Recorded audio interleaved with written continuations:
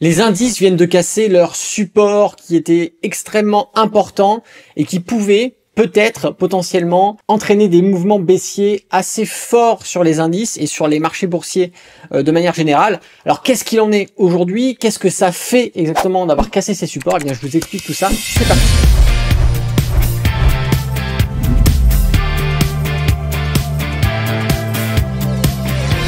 Bonjour à tous, c'est Alexandre, le trader indépendant, et je vous propose de voir ensemble ce qu'il se passe actuellement sur les marchés. Avant d'aller plus loin, n'oubliez pas de mettre un petit pouce si vous n'êtes pas abonné, abonnez-vous et activez la cloche. Allez, on va partir sur les graphiques et on va juste mettre en évidence le CAC 40. Rappelez-vous, je vous parlais de cette fameuse zone de support qu'on avait sur les 7000 qui se situe ici et sur lesquels on venait travailler déjà les jours précédents, puisqu'on avait on s'en était fortement rapproché en juillet, et depuis grosso modo début octobre, on traîne sur ce niveau. Et là, ce qu'il s'est passé, c'est tout simple. Regardez, hier, hop, d'accord, jeudi et vendredi, on a ouvert en gap sous ce niveau de support. Alors sur la journée d'hier, on est remonté à la suite de cette ouverture très légèrement. On a eu beaucoup de volatilité d'ailleurs sur la séance, mais ce qu'il s'est passé, c'est qu'aujourd'hui on a ouvert avec un gap baissier et le marché a baissé, d'accord. Et ce qui a entraîné, bien évidemment, rappelez-vous, je vous avais dit, on n'est pas encore, c'était durant les lives où je parlais à mes étudiants, je leur disais on n'a pas encore cassé les supports sur le DAX et sur l'Eurostoxx. Donc au niveau européen, on était encore majoritairement sur les supports, donc on ne pouvait pas dire qu'on avait passé et qu'on avait franchi ces zones, et que sur les marchés US, on était à peu près similaire. Il s'est passé quelque chose d'hyper important, c'est que regardez, on va partir sur le DAX. Le DAX, je vais vous mettre les 15 000, on était ici. 15 000, il s'est passé la même chose, on a ouvert avec le gap, on est parti à la baisse, ok. Et on va partir également sur l'Eurostoxx. Hop, vous allez voir ici l'Eurostoxx. On avait, tout simplement les 4100 que j'arrive à les choper. Voilà, 4100 qui représentaient à peu près, regardez, la même chose. On a baissé. Alors bien évidemment, on a un deuxième stop qu'on va avoir sur l'Eurostoxx qui est le point des 4000. Et le point des 4000, c'est ce qui pourrait sauver le marché baissier européen. Voilà, c'est-à-dire que on a beau voir le CAC 40, le DAX qui baisse sous ses supports, si l'Eurostoxx se maintient sur les 4000 ici, à ce niveau-là, ça peut permettre de faire une réintégration, une fausse cassure sur les indices et de reprendre, bien évidemment, une hausse. On va regarder vite fait, je vous montre le contexte et ensuite je vous explique.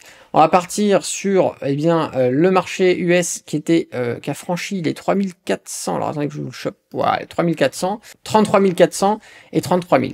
Et ici, on est repassé sous nos 33 400, d'accord. Donc ici, c'est un niveau de support qui était assez intéressant. Et on va faire direction très certainement vers les 33 000. Les 33 000 ont pour l'instant tenu, ok. Donc on n'a pas encore franchi ce cap des 33 000. On a le Nasdaq qui lui a franchi ses 15 000, ok. Les 15 000 du Nasdaq, c'était une zone hyper importante. Effectivement, on l'a franchi. On est en train de baisser, mais on a un autre support de protection qui se situe ici, là, sur les 14 500, si j'arrive à l'avoir. Voilà. Tant qu'on ne passe pas sous les 14 500, pour le Nasdaq, ça va. D'accord. Le SP500, pareil. Pour le SP500, on va avoir le niveau ici des 4200. Hop. Qui pour l'instant a toujours bien tenu, hein. Ça nous a repoussé ici à distance et on s'en approche là. Donc pour ce qui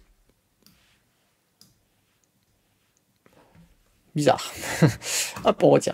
Pour ce qui est des indices américains, effectivement, on est sur une zone sensible. On s'approche, vous voyez, Dow Jones, Nasdaq, SP500, on s'approche des niveaux de support. Mais pour ce qui est européen, le CAC 40 a franchi son support. Le DAX a franchi son support. Alors on va avoir une zone, pareil, DAX CAC 40 qui va être déterminante, qui est celle-ci.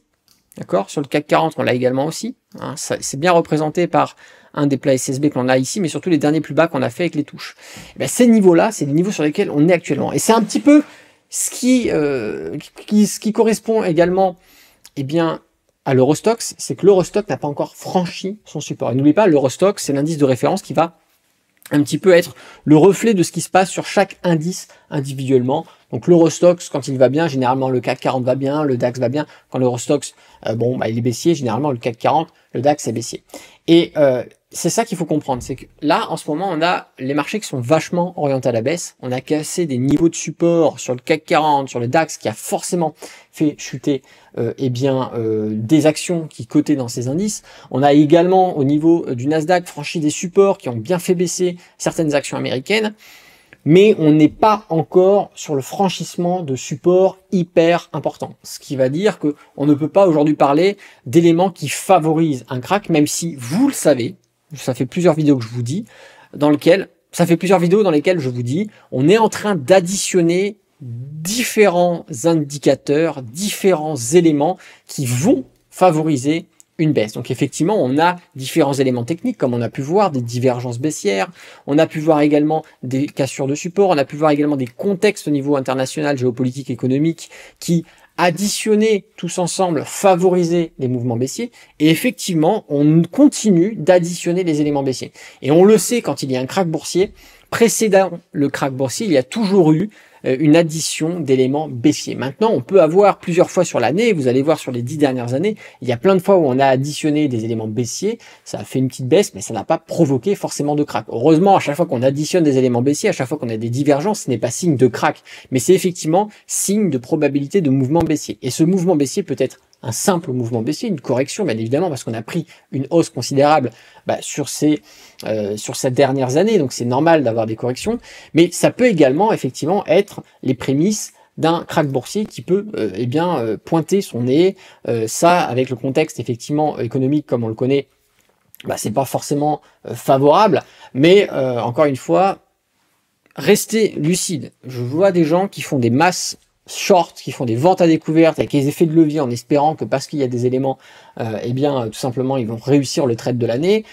Peut-être, effectivement, que ça va péter et que ça va faire du 50% de dévaluation. Mais encore une fois, on n'en est pas là. Il y a encore des niveaux de support clés que je vous ai montrés. On ne saura ce qu'il se passera que si on franchit soit ce support, et dans ces cas-là, on va vraiment peut-être remettre en question les positions que l'on peut avoir.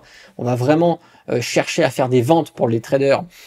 Mais si on arrive sur un support, on va surtout chercher des achats à faire en trading, d'accord? Et pour ceux qui sont investis sur long terme, on va commencer à acheter légèrement, un petit peu, placer un petit peu d'argent sur ces différents niveaux de support.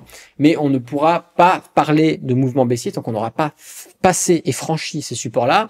Et au contraire, on peut même avoir de belles surprises, c'est-à-dire une stagnation des prix sur ces niveaux de support avec des rebonds haussiers. Alors je sais qu'effectivement, vu le contexte international, ce serait quand même étonnant. Cependant, il faut jamais obstruer un ou deux scénarios. Il faut toujours comprendre les différents scénarios qui sont possibles d'arriver, les accepter et savoir réagir en fonction des scénarios qui vont se valider. Donc, un scénario de rebond sur ce support n'est pas à exclure, même si effectivement, on favorisera une cassure de ces niveaux de support. Si cette vidéo vous a plu, n'oubliez pas de mettre un petit pouce. Si vous n'êtes pas abonné à la chaîne YouTube, abonnez-vous, activez la cloche.